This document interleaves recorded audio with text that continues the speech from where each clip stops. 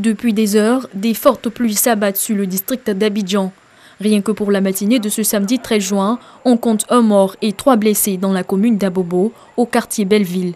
Au niveau d'Abobo-Belleville, il y avait une grande cour qui a été inondée. Et là, il y a eu un mur qui a cédé, qui a fait un décès certain. Une petite fille d'environ 6 ans et 3 blessés.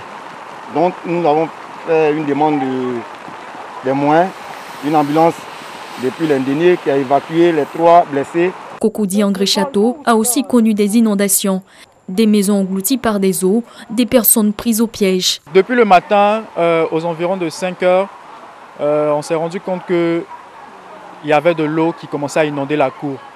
Donc on a essayé de faire monter les affaires, évacuer ce qu'on pouvait évacuer.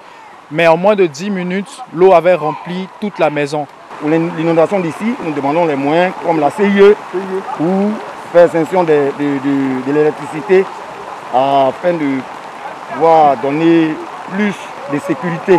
Voilà, il y a un fil qui traîne dans l'eau, donc il faut isoler le... Est-ce qu'il y a des personnes en danger? Pour l'heure, il y a une dame qui m'a appelé pour dire qu'elle est à l'intérieur de sa maison et elle est vraiment pratiquement envahie par l'eau progressivement. Donc c'est elle qu'on cherche à voir des moyens pour aller la faire sortir. Dans cette même zone, 3 victimes des inondations ont été secourues et mises en sécurité.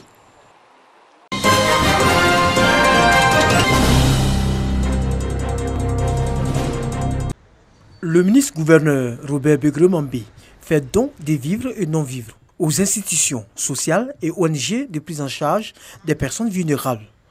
Le district d'Abidjan est en première ligne pour freiner la propagation du coronavirus en Côte d'Ivoire. Occasion pour Robert Begremambé de réitérer l'appel du gouvernement au respect strict des mesures barrières. Des préoccupations de l'État de Côte d'Ivoire, avec à sa tête son excellent président Alassane Ouattara et le Premier ministre Amadou Gon Coulibaly, qui souhaitent vivement que nos frères et sœurs ivoiriens continuent de respecter scrupuleusement les mesures barrières afin qu'ensemble nous puissions mettre fin à cette pandémie. Beaucoup a été fait par l'État.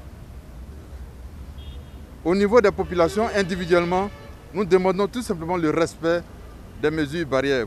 Les bénéficiaires ont salué le geste et promis d'en faire bon usage.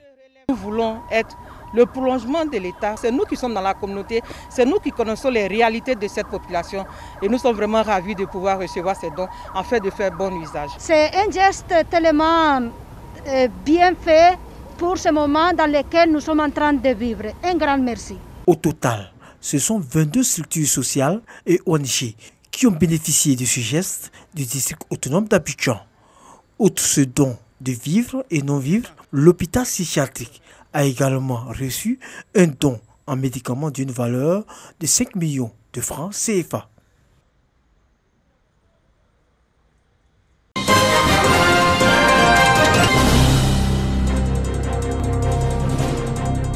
Ce sont 100 journalistes, agents assimilés et professionnels des arts et de la culture qui bénéficient de la première partie de cette chaîne de solidarité.